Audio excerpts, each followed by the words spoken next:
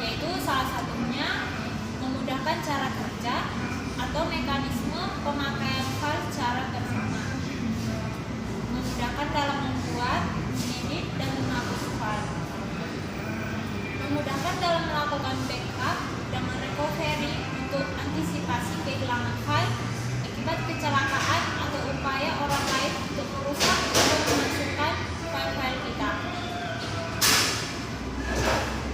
Ada juga user dapat mengatur file dengan simbolik atau simbolik name, tidak menggunakan penamaan yang mengacu pada perangkat PC. Data dapat disimpan dengan aman dan rahasia pada lingkungan yang sensitif. Tampilan antarmuka yang user friendly pada sistem file akan memudahkan penggunanya.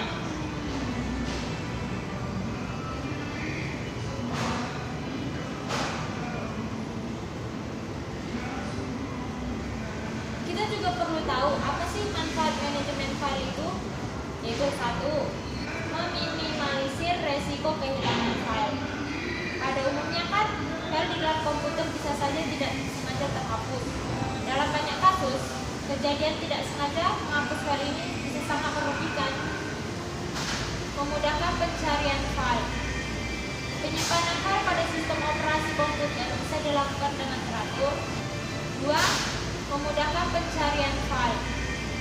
Penyimpanan file pada sistem operasi komputer bisa dilakukan dengan teratur pencarian seseorang ketika akan menggunakan kembali file tersebut.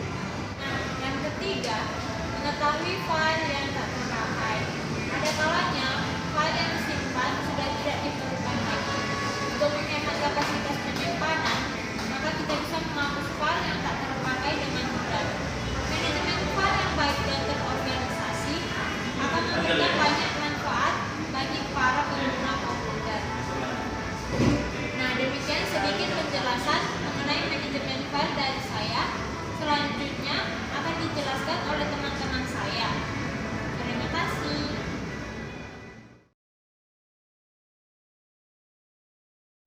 Saya Desti Mariani Barus akan melanjutkan presentasi dari rekan saya Ratnasari Bukit.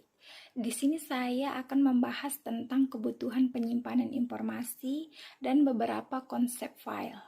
Yang pertama saya akan membahas tentang kebutuhan penyimpanan informasi.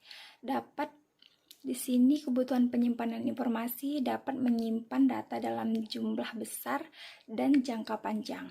Informasi harus tetap disimpan meskipun proses yang menggunakannya telah berakhir.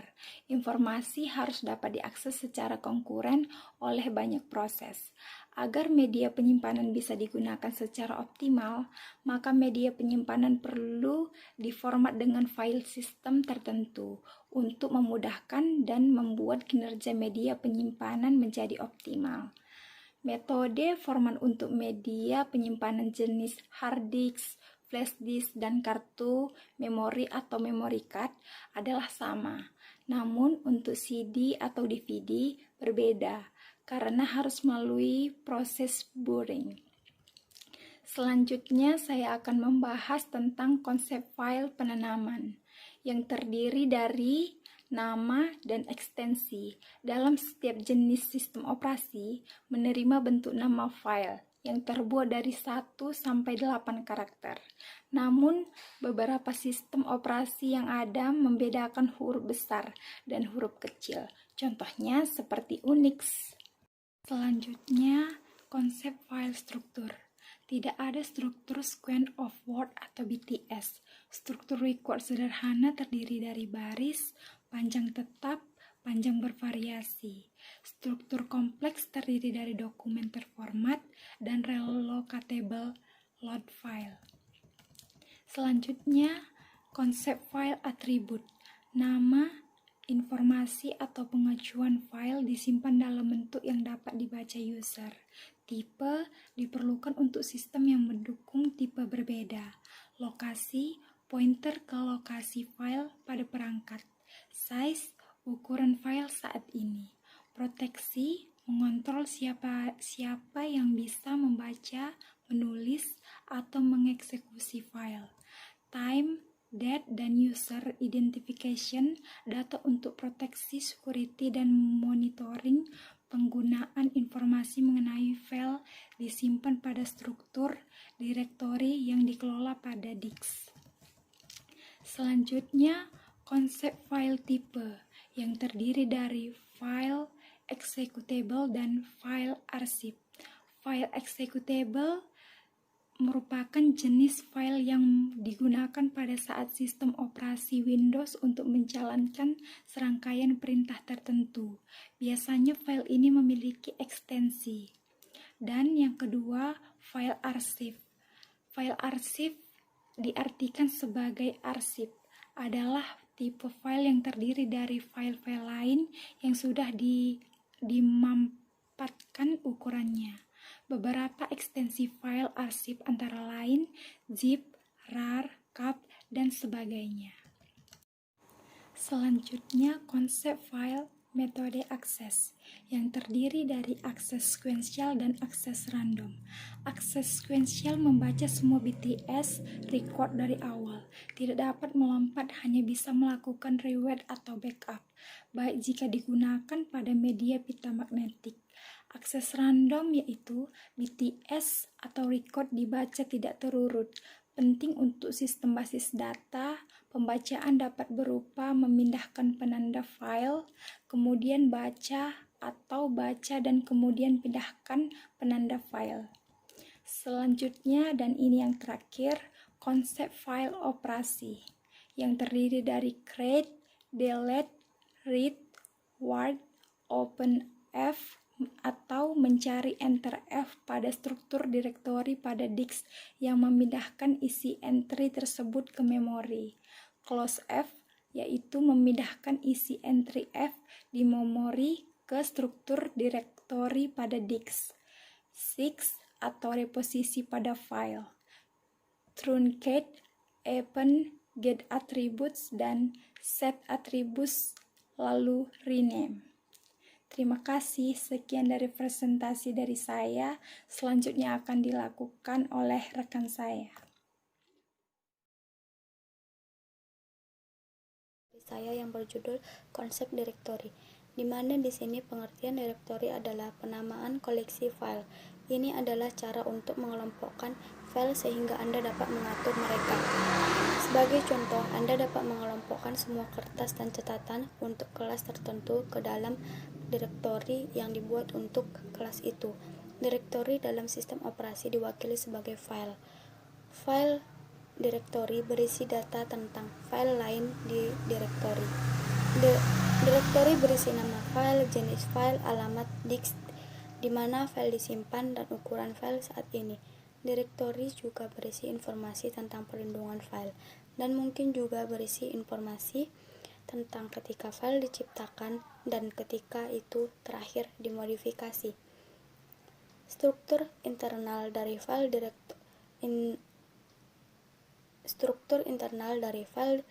direktori dapat dibentuk dalam berbagai cara. Namun setelah itu sudah diatur, itu harus mampu mendukung operasi umum yang dilakukan pada file direktori. Misalnya, pengguna harus dapat membuat daftar semua file dalam direktori. Operasi umum lainnya adalah membuat, menghapus, dan mengubah nama file dalam sebuah direktori. Selanjutnya, direktori biasanya dicari untuk melihat apakah sebuah file tertentu dalam direktori. Isu penting lainnya ketika datang ke manajemen direktori adalah kebutuhan untuk melihat hubungan antar direktori. Sekian materi dari saya sudahi dengan salam. Assalamualaikum warahmatullahi wabarakatuh.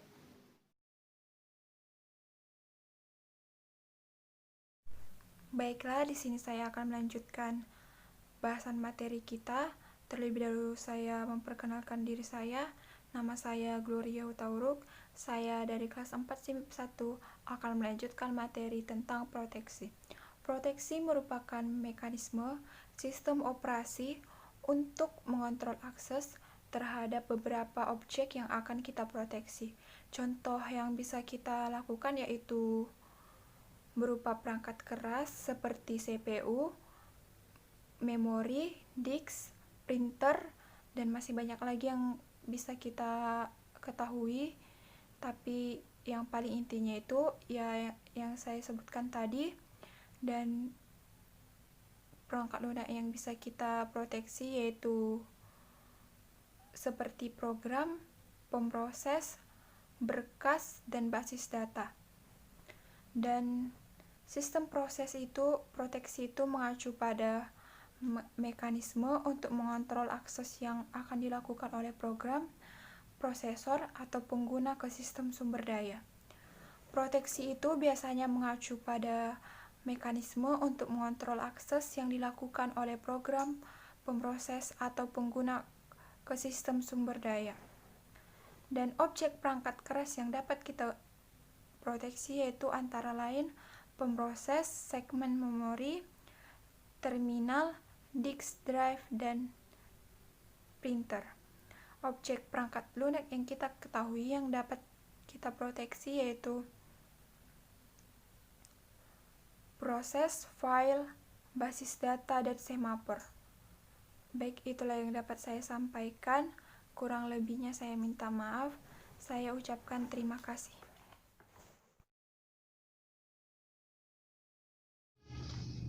Nama saya Desi Grace Kristiani Halawa. Saya akan mempresentasikan tentang implementasi file. Dalam pengimplementasian, sistem manajemen file seringkali menimbulkan banyak masalah, yaitu penyimpanan file, manajemen ruang penyimpanan, kehandalan, dan kinerja dalam implementasi sistem manajemen file. Saya akan menjelaskan tentang yang pertama, penyimpanan file. Penyimpanan dalam pengaksesan dari perangkat dalam unit informasi. Blok berisi sekumpulan byte berukuran tetap yang dipindahkan dari tempat penyimpanan memori. Beragam metode yang digunakan. Yang pertama, alokasi berurutan atau kontigu. Teknik ini merupakan skema alokasi paling sederhana, yaitu menyimpan file sebagai blok-blok data berurutan di disk. Yang kedua, alokasi blok-blok file sebagai senarai berkait. Ini untuk mencatat blok-blok file dengan senarai berkait di blok-blok di disk. Yang terakhir, alokasi blok-blok sebagai senarai berkait menggunakan indeks atau FAT.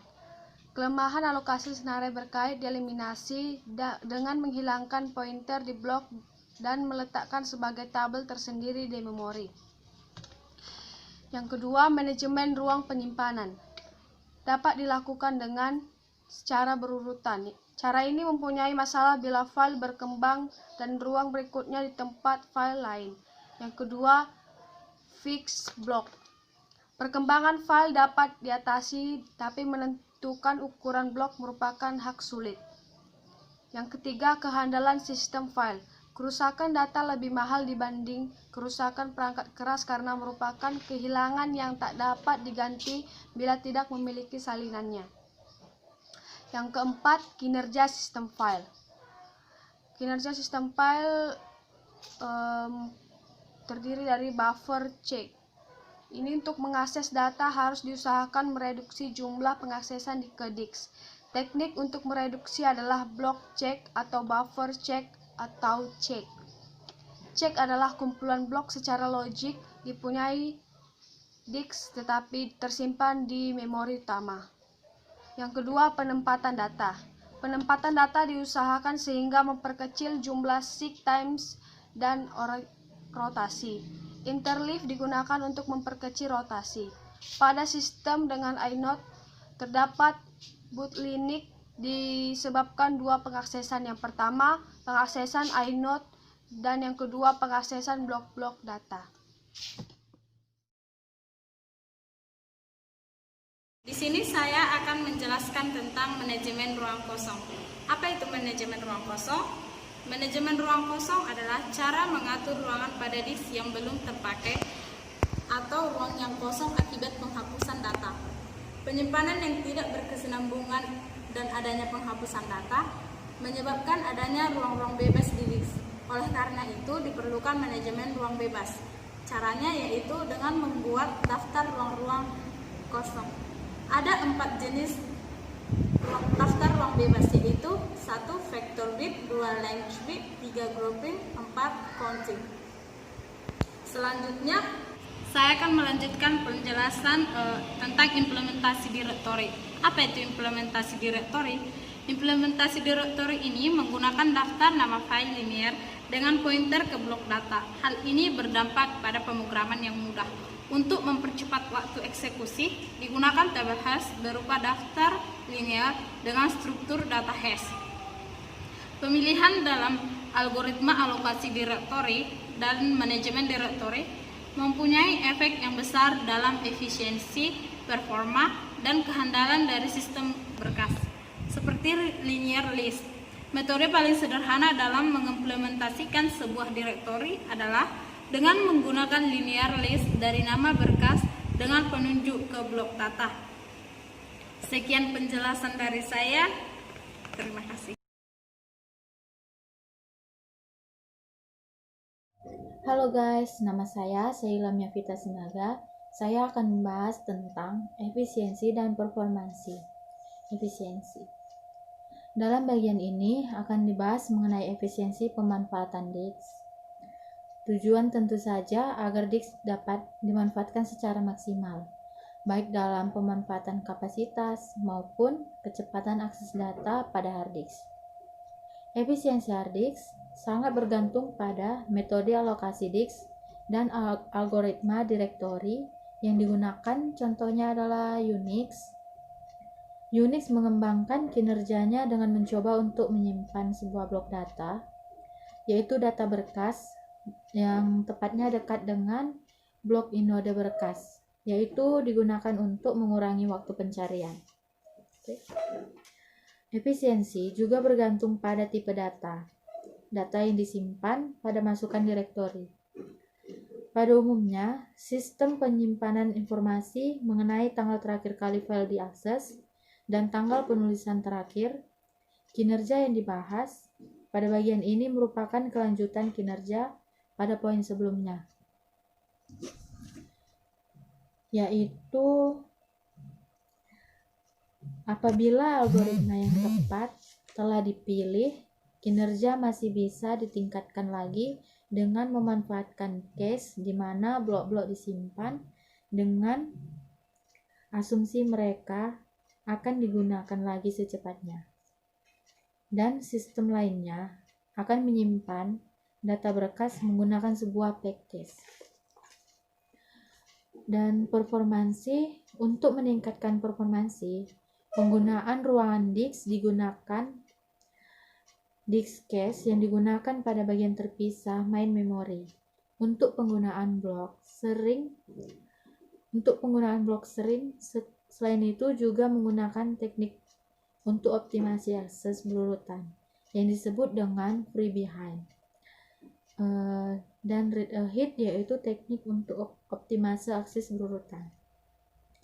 Dan untuk meningkatkan performansi PC, juga dapat menggunakan bagian tertentu dari memori sebagai spiritual disk atau RAM disk. Demikian dari presentasi saya. Terima kasih. Baiklah, selamat siang kawan-kawan. Saya akan melanjutkan presentasi dari kelompok kami. Disk catching. Disk catching itu terdiri dari dua kata, disk dan catching. Disk itu memori, dan catching itu proses menyimpan salinan file dalam cache atau lokasi penyimpanan sementara, sehingga mereka dapat diakses lebih cepat. Ini berdasarkan dari simpulan kami yang bersumber dari situs Cloudflare. Secara teknis, catching atau cache ialah lokasi penyimpanan sementara untuk salinan file atau data, tetapi biasanya istilah ini digunakan untuk merujuk pada teknologi internet. Server DNS men-cache catatan DNS untuk pencarian lebih cepat, konten men-cache server CDN untuk mengurangi latensi, dan browser web men-cache file HTML, JavaScript, dan gambar untuk membuat situs web lebih cepat. Jadi, disk catching itu sebagian besar HDD dan SSD menyertakan sejumlah kecil RAM yang berfungsi sebagai cache disk. Disk cache biasa untuk hard drive 1 TB itu berukuran 32 MB, sedangkan hard drive 2 TB itu mungkin memiliki cache sebesar 64 MB. Jumlah RAM yang kecil ini dapat membuat perbedaan besar dalam kinerja sebuah drive. Contohnya, misalnya ketika Anda membuka folder dengan sejumlah besar file, referensi ke file tersebut dapat secara otomatis disimpan dalam cache disk. Assalamualaikum warahmatullahi wabarakatuh. Perkenalkan, nama saya Desi Julianti. Saya dari kelompok 2. Di sini saya akan melanjutkan presentasi dari teman saya, pemulihan. Pemulihan data adalah proses menyelamatkan data yang tidak dapat diakses, hilang, ataupun diformat dari penyimpanan sekunder, media, atau file yang dapat dilepas ketika data yang disimpan di dalamnya tidak dapat diakses dengan cara biasa.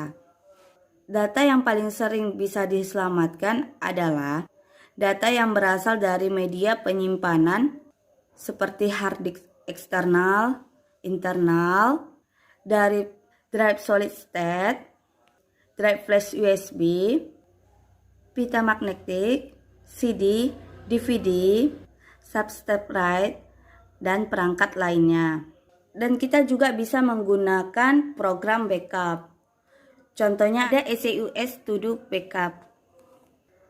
Program ini gratis dan bisa membackup rutin secara otomatis. Terus ada Kodian Backup. Kalau ini backup bisa dienkripsi, jadi lebih aman.